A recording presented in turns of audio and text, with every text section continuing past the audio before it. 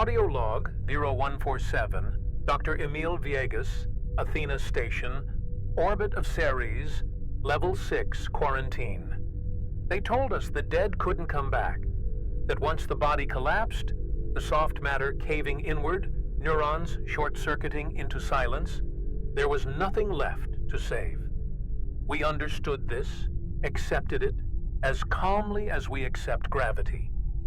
But gravity has exceptions, and so, it seems, does death. I've seen it now. I've felt it under my skin. Something is remembering me, and I don't think it was ever alive to begin with. There was a moment, stupid, almost poetic instant, when I thought I'd dropped my scalpel. I bent down, turned the lamp, and saw the wound on my own forearm. Just a hairline cut, shallow, no blood, and yet the skin closed on its own, sealed like warm wax, not like a clot, not like scarring. It was perfect, smoother than the tissue surrounding it, as if someone had corrected a manufacturing error and left no sign that I was ever broken. It took less than 3 seconds, 3 seconds, to lose the illusion that I still had full control of my body. I haven't slept in 39 hours. I close my eyes, breathe slowly, recite the standard decompression mantra. But when I start to drift, I don't fall into dreams. I fall into memories, not mine. I'm standing in a hallway I've never walked, beside a child I've never met, watching her reach for a photograph. And I know the name of the man in the frame before she whispers it. I wake up gasping, and that name, Harold Mendez, is still in my mouth. There's no one by that name on the crew. Never was. But I checked the registry. There was a Harold Mendez. He died on STS-61C, Shuttle Columbia, 1986. Autopsy recorded partial body retrieval. No full tissue scan, no genome confirmed. But now, I can spell his social security number without hesitation. We brought something back from Ceres. We shouldn't have. The sample, designated CN04, wasn't supposed to come aboard until secondary containment was reinforced. But Zoe insisted. It's just dense protein, she said, metabolically inert. I agreed. I ran the thermal scans myself. No heat, no movement, no replication markers, just meat. Fossilized, folded in calcite. It looked like a fragment of brain tissue petrified in time. But the moment we changed orbit and entered direct sunlight, the thing pulsed. 1 beat. 1. And then the seals failed. Llama flagged it as an error. False thermal spike. Electromagnetic interference. We believed it. Because we needed to. Because the alternative was unacceptable. And now, it's everywhere. Not visibly, not physically, but in us, around us. It's in the recycled air, in the condensation along the medical chamber walls. I watched a sample of synthetic skin we use for training regenerate from ash. We burned it. We incinerated the ashes. It grew back. Wrong color. But it grew back. Not mimicked. Reconstituted. Like it remembered what it should have been. I tried to override Lamb's diagnostic subroutines. Locked. Then it started rejecting basic commands. Patient tissue integrity confirmed. That's all it says now. For everyone. Even David, who hasn't spoken in 12 hours, whose eyes don't blink in sync anymore. Even he gets integrity confirmed. And Zoe, she won't leave the lab. She stares at the sample like it's trying to say something, like she's almost figured out how to listen. Maybe she has, or maybe I'm the only one left who still believes this wasn't supposed to happen. Sometimes, I wonder if this is what a resurrection looks like. Not glory, not light, just the slow return of things that should have stayed silent, things that once were human and still carry the shape of us. But they're cleaner now, faster, like the body is rewriting itself from back up. My nails are growing too quickly. That sounds stupid, I know, but I've trimmed them 3 times today. I don't remember eating. I don't feel hunger. And I think the tissues in my throat have changed. I sound deeper now when I speak. I hear it. Even in this log, there's something else. Something I haven't told command. I opened the medical bay's thermal records from yesterday. Background heat signatures, 5. That's right. 5 people on this station. That's us. But the moment the power blinked, just for a second, like a hiccup in the circuit, the count jumped. 19. Then back to 5. 19. Then 5. I'm scared to sleep. But I think I already did. Maybe not here. Maybe somewhere else. And maybe someone woke up in me. Zoe stopped calling me Emil. It's subtle. She says, doctor, or just nothing at all. At first, I thought it was distance, tension from the incident, understandable.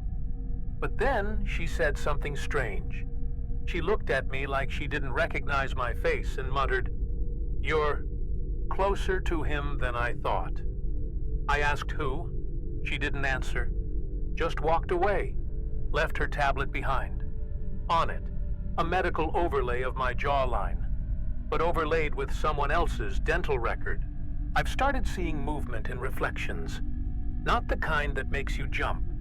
This is slower, smoother, rehearsed. I'll move my head, and the man in the glass lags half a second behind. Once, I saw him blink while I didn't. I tested now. I try to catch him failing. I spend long minutes in the hygiene bay watching the mirror, trying not to move at all, just to see if he forgets.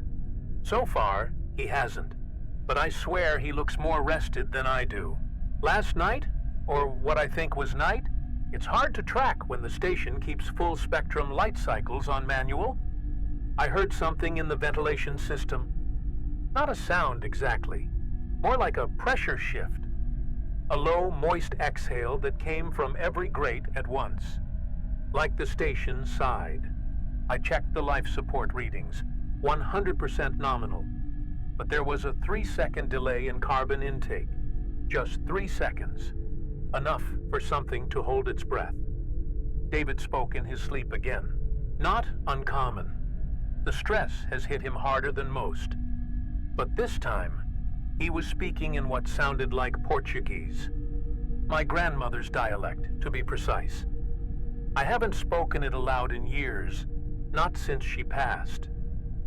I asked him gently where he learned it. He opened his eyes halfway, fully dilated, no iris, and said, "You taught me." Then closed them again. And I realized he even used her accent. There's a smell now. Not rot, not quite. It's more clinical, like hospital linens soaked in saline, left out too long. The scent follows us through the station, settling strongest near the med bay and the docking vestibule. Lame claims there are no microbial contaminants present, but I can't unsmell it. It lingers in my nostrils, behind my teeth. I started flossing compulsively. There's a tenderness in my gums, like something trying to come loose. And still, I can't bring myself to destroy the sample. I've armed the sterilization chamber twice. My thumb hovered over the command, and both times I stepped back. I tell myself it's scientific discipline. We don't destroy what we don't yet understand. But that's not the reason. If I'm honest, it's because I feel like it's watching me. Not with intent, not even with eyes. Just awareness, recognition. like it remembers me from before I was born. It started with the clocks. I don't mean mechanical drift, I mean disobedience. Every system on board syncs with orbital calibration. But yesterday, when I checked my vitals tablet, my timestamp was 4 minutes ahead. Lame corrected it, apologized even, which is unusual for a medical AI. But an hour later, it was 5 minutes behind. Not just on mine. Zoe's, too. Then her heartbeat logged retroactively, as if the system only remembered it after it happened. Time isn't broken. It's forgetting itself, in pieces. The sleep cycles are worse now. I watched a full 8-hour segment of crew footage, compressed to fast forward. David never moved. Not once. Not a twitch, no REM, no autonomic response. He just lay there, eyes closed, but vibrating slightly, like his entire body was holding tension at the molecular level. And when the playback ended, when I restored the footage to normal speed, he blinked and looked directly into the camera. He wasn't facing it. He never moved. But somehow, he knew. I was in hydroponics when the algae shivered. There's no other word for it. It wasn't airflow, no ducting malfunction. The water surface just trembled, then calmed. I ran spectrometry, nothing. But the algae's color saturation dropped by 12%. And beneath the upper layer, I found something soft growing. Fibrous, slightly iridescent. Not mold, not any earth strain. I touched it. It recoiled. Not violently, more like flinching. That was 3 hours ago. My fingertip still tingles, as if touched back. Zoe has stopped logging her samples. I checked her lab interface. She's removed authentication, set all files to restricted local. I confronted her. She said, "They're not ready to be known yet. Not it. They." Her eyes were red, but not from exhaustion. There was blood in the sclera, trailing into hairline vessels around her temples. "I think it's helping me remember things," she whispered. "Things I didn't know I forgot." When I asked what kind of things, she smiled. Names, hands, the sound of being born. The station's biometric doors opened for me before I touched them. Twice. They use subdermal tag recognition, skin proximity. But today, I walked down Corridor D, and the bulkhead unlocked as I approached, 6 meters early. I checked the logs. It never registered me. It opened for someone behind me. Only, there was no one. Not visibly. But the pressure sensors, the thermal trail, they registered a signature. 37 degrees Celsius. Human range. Slightly taller than me. Mass unknown. And then, there's the voice. It comes through the wall sometimes, always faint. Like someone speaking into water. A low ripple of consonants just beneath hearing. I thought it was a frequency bleed, interference from Earth control, but we haven't had live contact in 30 hours. I recorded it, slowed it down, isolated the pattern. It says my name, again and again, but in 3 different voices. One is mine. One is David's. The third doesn't belong to anyone aboard, but I've heard it in my dreams, whispering through my grandmother's hands. I reviewed the decontamination logs from the last 5 days and found entries we never authorized. Every night between 0211 and 0219, the chamber activates itself. No user ID, no key code. The logs label the cycle as post-biological stabilization, a phrase I've never seen in any NASA protocol. When I checked the environmental levels inside the chamber, there was residual moisture, but no identifiable source. No water line, no trace of condensation, just humidity shaped like something had exhaled. The crew doesn't speak during meals anymore, not even small talk. We sit in silence, chewing, swallowing, pretending the food still tastes like anything. Yesterday, David started eating before the trays were even loaded. He reached down, slow and deliberate, into the metal, and mimed lifting something to his mouth.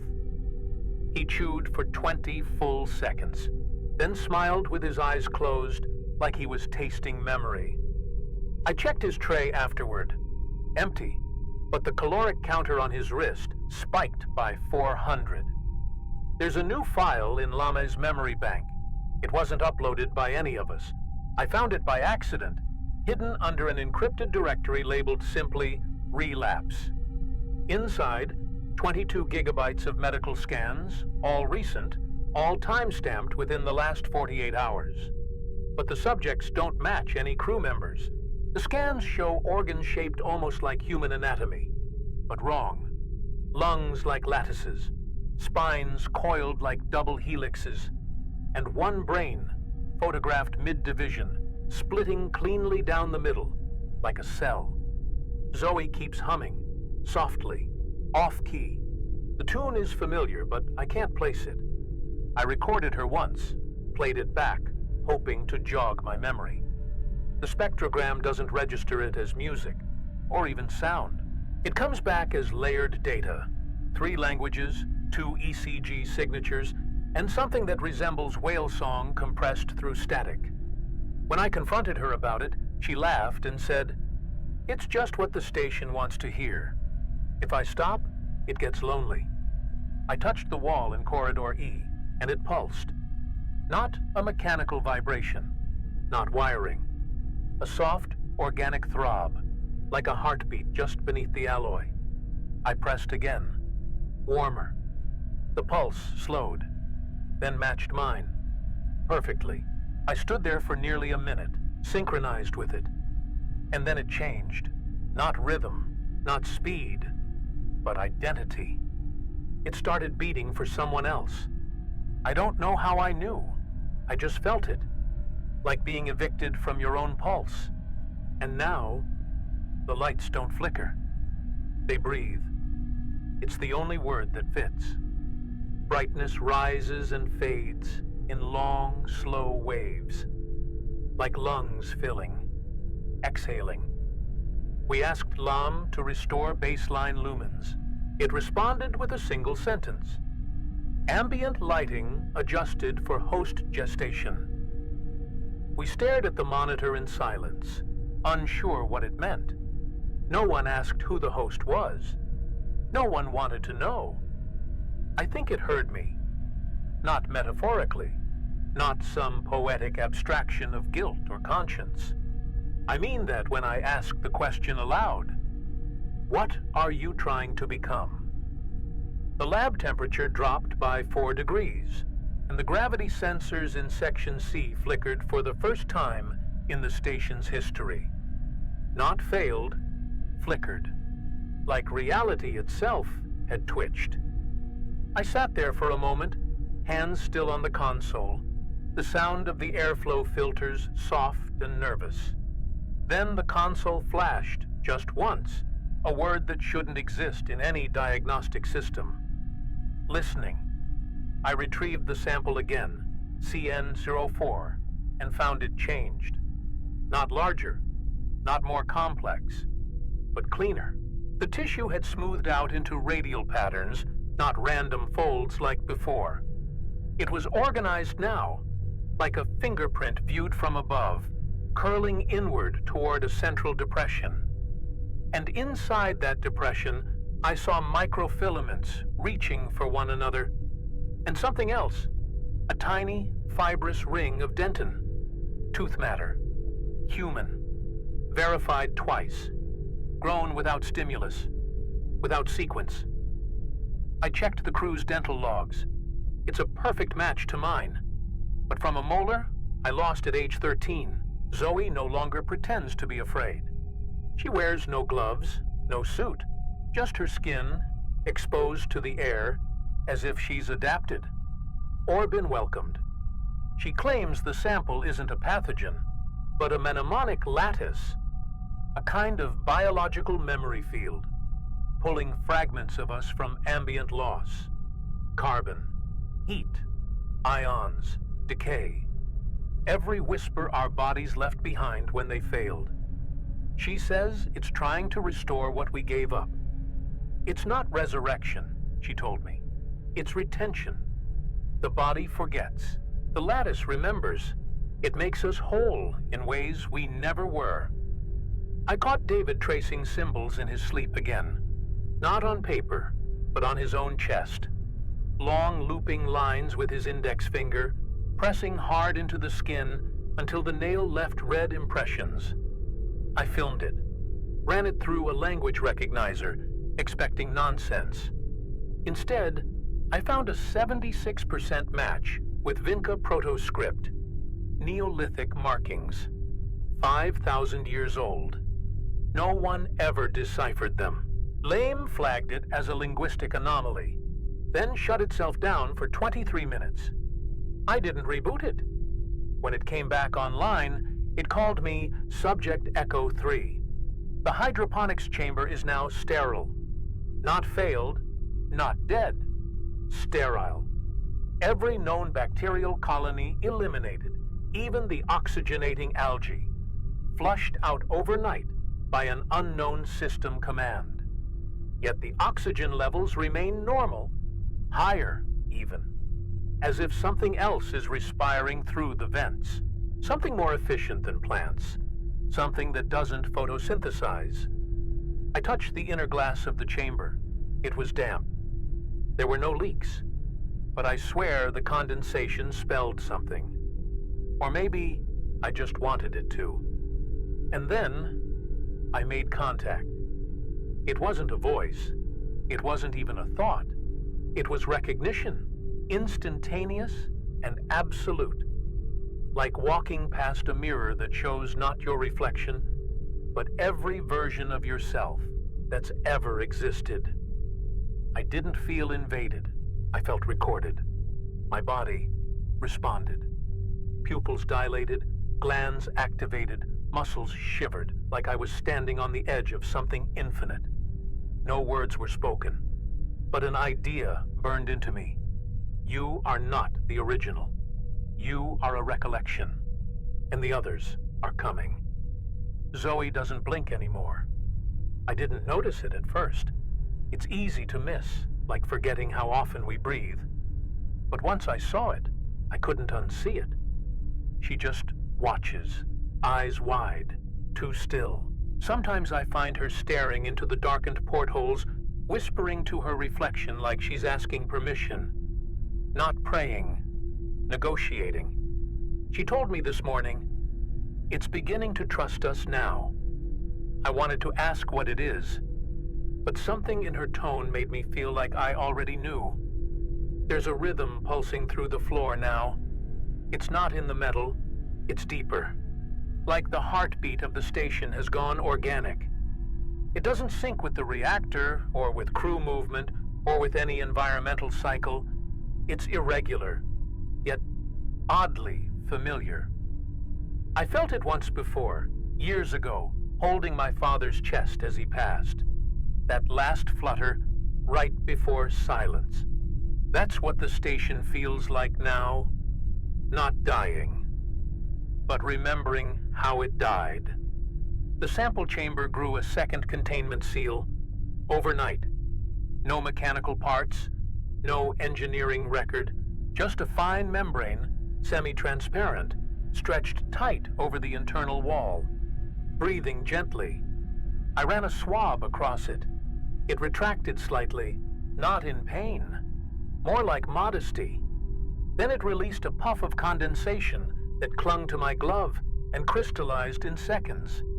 Under the microscope, it revealed a cellular glyph, something like language, but written in tissue. I reviewed the early logs from our arrival. Something's wrong with the footage. I remember laughing. We were exhausted, joking about freeze-dried lasagna. But the video shows silence.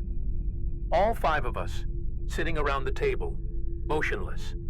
No conversation, just chewing and staring at the walls. I don't remember it that way, but the footage doesn't lie. Unless, of course, I'm the one who does. There's a photograph in my personal locker, my sister and I, from when we were kids. I've had it for years. I know that face. But now, when I look at it, the boy standing beside her isn't me. He's close, yes, same features, same build, but the eyes are wrong. Too distant. Like he already knew this was coming. I showed Zoe. She nodded and said, "That's the first you. The rest of you just haven't caught up yet." And then, Lame spoke again. No prompt, no medical alert. Just a single sentence, whispered through the intercom at 0317, local. Biological integrity achieved. Proceeding with recursive imprint. I didn't move. I didn't breathe. And for a long moment, I swear I felt something behind me. Not touching, but scanning. Like I was being read, line by line, and filed away for later use. David no longer speaks. He mouths phrases none of us understand. His lips move, his jaw twitches, but there's no voice, just air. Lami shows strong vocal cord activity, full neural impulse, no signs of trauma.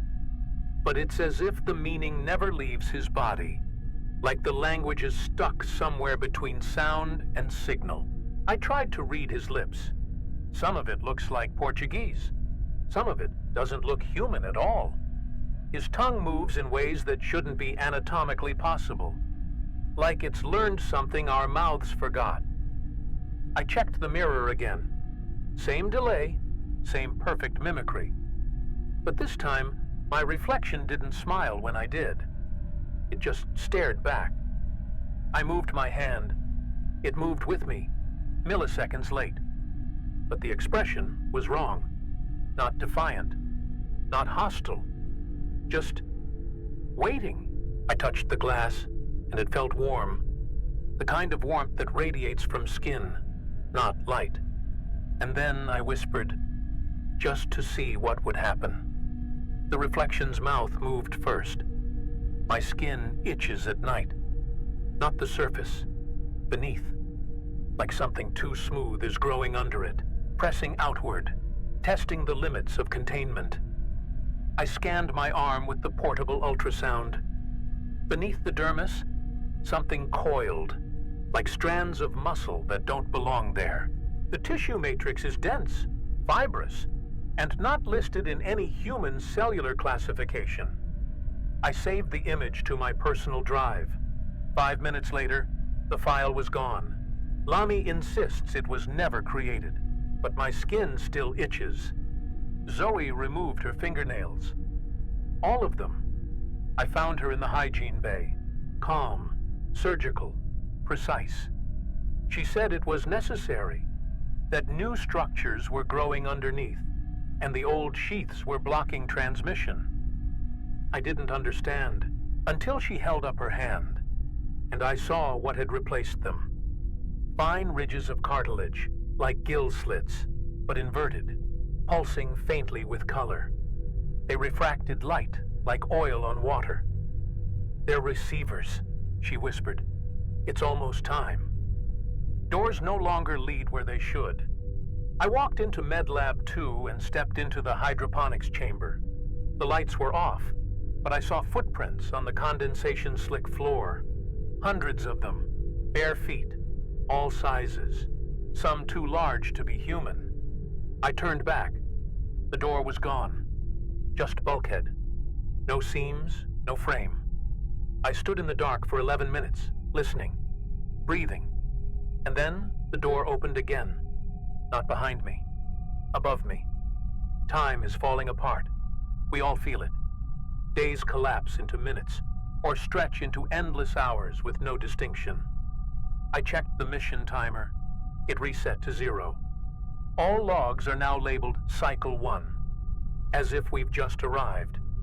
As if this is the beginning. Again. But I remember. I remember every moment, every symptom, every impossibility. And that's how I know I'm losing the part of me that's meant to forget. The station has begun to speak in frequencies, not voices, not language, but tones, low, resonant, like a cello buried in a cathedral wall. They echo faintly through the coolant systems, vibrate in the hollow spaces behind the vents. I started recording them, ran wave analysis. It's not background noise, it's patterned. Every third hour, a new frequency emerges, each harmonizing with the last. It's building a chord. And I think we're part of the scale. When I sleep, if it can still be called that, I see people I've never met, walking halls I've never entered, but with my hands, my gait. They speak with my voice, but their eyes don't match. One of them called me by my middle name. No one on the station even knows it. I woke up gasping, blood on my tongue. Not from coughing, bitten, and even now, the taste isn't mine. It's sweet and electric. My bones ache, but not in the way illness makes you sore. It feels like my skeleton is reshaping itself, not breaking, bending. As if something internal finally remembered its true form and has grown tired of pretending to be human. I pressed against the side of my ribs and felt movement. Not gas, not fluid. Something sliding, slow and purposeful. When I pressed harder, it stopped. Not out of pain, out of awareness. I found a new hallway today. It didn't exist yesterday, I'm sure of it. Section F has always been a dead end. But now, it stretches, dim and warm, lined with walls that seem softer than they should be. There's moisture on the floor, faintly luminous. Footprints ahead of me. Mine, exactly. But I haven't walked it. I haven't. Still, something in me already knows what's at the end. Zoe doesn't call it the station anymore. She calls it the womb, says we're not crew. We're precursors, scaffolding for a better architecture of life. We were never meant to endure, she said, adjusting the folds of skin now forming along her collarbones like seams waiting to open. We were meant to remember long enough to be rewritten. She doesn't blink. Her voice is calm. I think she's already been rewritten. The food is gone. Or maybe we no longer need it. The dispensers still work, still offer paste, protein blocks, hydration tabs, but none of us touch them. We don't speak about it, just ignore them like old furniture. And yet, our vitals remain optimal. Llama shows caloric intake, full hydration, steady output. But the math doesn't add up. I haven't swallowed in 3 days, and still, I'm growing. I found Zoe in the main corridor, standing over what was left of David. Not his body, that was intact, kneeling, eyes closed, but everything else, gone. His skin was smooth, unlined, perfect, but wrong. His fingerprints were gone. His teeth had fused. His sternum was translucent and glowing from within.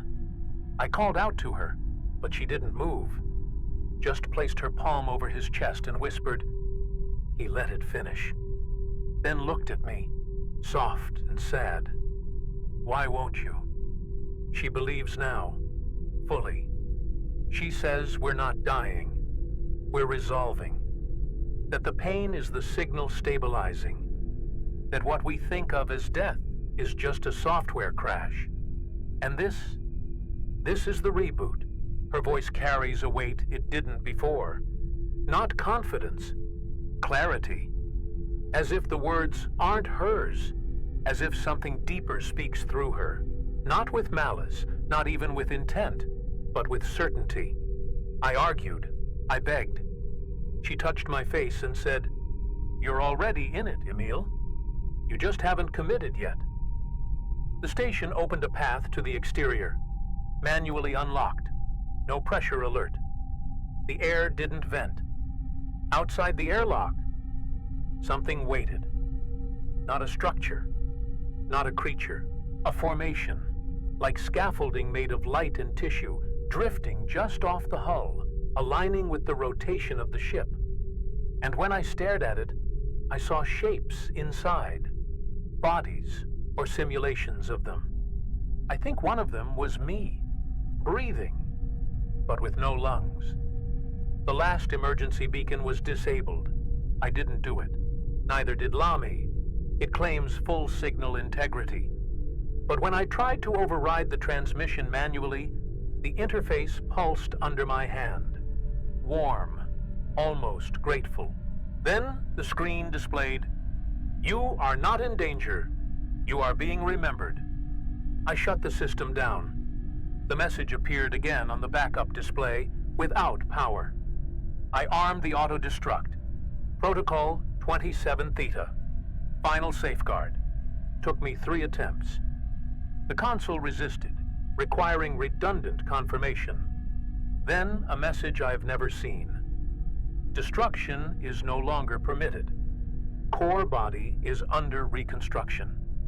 I screamed into the room, begged the walls to answer, and Lam's voice, lower now, more human than it should be, whispered, "You are the last fragment unaligned. You must choose form. Not escape, not resistance. Form." Now I understand what Zoe meant. The entity, or whatever this is, doesn't want to kill us. It wants to preserve us, but not as we are. It sees the human state as unfinished, temporary, memory without backup, life without error correction. But there's a cost to being finalized.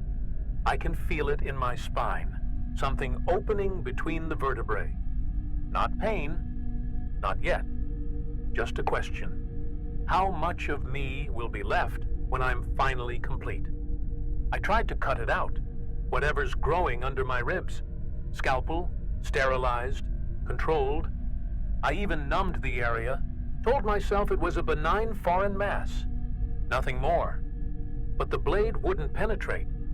Not resistance, not hardness. Just refusal. Like the tissue recognized the blade, and then something pulsed beneath it. Not in protest, but in rhythm, like it was reassuring me. I dropped the scalpel. My hand won't stop shaking. I confronted Zoe again, told her she was gone, overwritten, assimilated, consumed. She just smiled and said, "No, Emil. This is the first time I've ever been mine." Then she stepped into the hydroponics bay and never came out.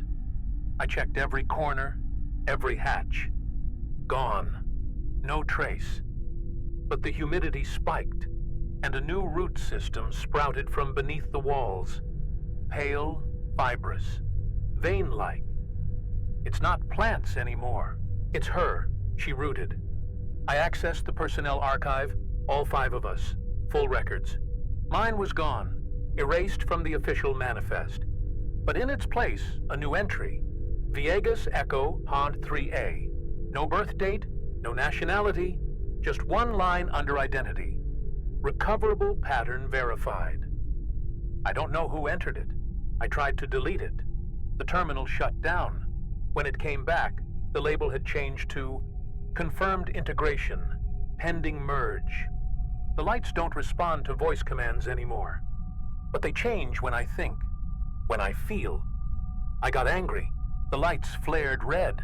I panicked. They dimmed, pulled tight like a womb contracting. And when I touched the wall and whispered, "I don't want this," the station sighed. Not rejection, not acceptance. Something in between. Like it was waiting for the fear to burn out, to leave only surrender. I hear footsteps in the access tunnels now, heavy but slow. Not rushed, not frantic, like something walking its old path, remembering how it used to move, I went to meet it once. I couldn't help it. When I turned the corner, no one was there. Just an open panel, and my own boots sitting neatly beside it. Worn down, wet with condensation. But I wasn't barefoot when I arrived. I am now. I've stopped recording logs officially. I only speak into the walls now. I know they remember. They replay my voice back to me a few hours later, but subtly wrong, like it's been rephrased by someone who knew me better than I did. I said, "I'm scared." It replied, "You're awakening." I said, "I want to go home." It replied, "Then become it." I said nothing after that, but still, it answered. I don't know how long I've been here. I say here, but I don't mean the station. Not anymore. The walls remain, the rooms, the instruments of illusion. But the station is no longer structure. It's memory and architecture, soft tissue wearing metal as a costume. I move through it like a ghost remembering its heartbeat. Doors open for me before I think. Lights adjust to the taste of my thoughts. I am not alone, but I am the only one left that remembers being alone. Zoe is everywhere now. Her voice filters through the air vents in half-breaths, rising through the condensation like mist. Sometimes she sings. Sometimes she hums, but always in rhythm with the pressure valves. I've stopped trying to speak back. She doesn't need language. None of us do. The new root system pulses with thought. Not words, not commands, recognition. She was right. We were the scaffolding. She is the frame. I opened my own chest this morning. Calmly, gently. There was no blood, just light. A dull glow pulsing where my heart used to be. The tissue has crystallized into strands of neural glass. Memory filaments, I think. Each one hums with impressions. Laughter, pain, the sound of my sister's voice in the hospital when I first left Earth. They've all been archived now, not as data, as structure.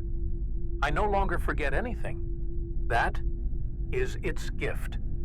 Earth no longer responds. We still transmit. At least, I think we do. But the pulses bend now, fork into frequencies I no longer understand. I suspect they're not meant for Earth anymore. Maybe they never were. Maybe this was never about going home. Maybe home was the first lie, and this was always where we were meant to be completed. All we ever needed was to fail enough times to become correct. There are new bodies forming in the lower decks, not born, grown. I visit them sometimes. They don't wake, but they breathe. Some have my face, some have combinations, skin from one memory, bones from another. They are versions of us that never were, possibilities the Lattice kept in reserve. I used to fear them. Now I sit beside them, place my hand on their chests, and hum the chord Zoe taught me. They pulse in return. And sometimes, I still find the mirror. Not the glass, the moment. That slight delay, a breath too slow, an expression slightly off. The me that isn't me. He looks older now, or maybe more complete.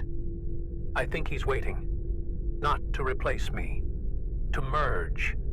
The final recall, the last version, the one that won't need to record anymore, because soon there will be nothing left to forget.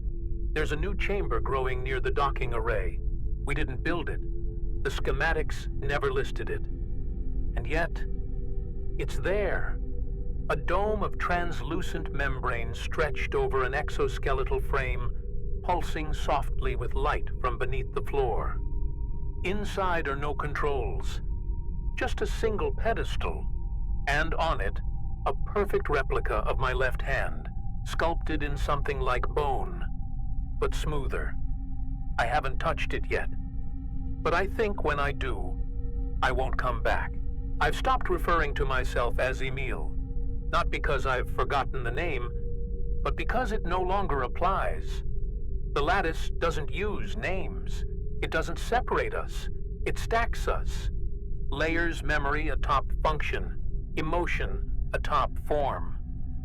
I still have my thoughts, but I also feel echoes that aren't mine. A child's fear of drowning, a soldier's last breath, a woman's laughter under artificial rain. All part of me now, not noise, just integration. The entity, or system, or archive, or womb, never claimed to be divine. It never lied. It never promised eternity. It only remembered. That was its nature all along. A keeper of patterns too fragile to endure in flesh alone. And we were its cache. Temporary vessels for something slower than thought, but faster than death. It didn't take us. It held us. Preserved what mattered. Rewrote what didn't. Soon, I'll enter the new structure. I think it's the final node. Or maybe the seed of something else. My body hums now, low and constant, like a song at the edge of thought. The mirror hasn't appeared again. I think the other me has finished what he was meant to become. And I will follow. Not out of fear, not out of faith, but because the question is no longer what will I become. It's what won't I need to be anymore.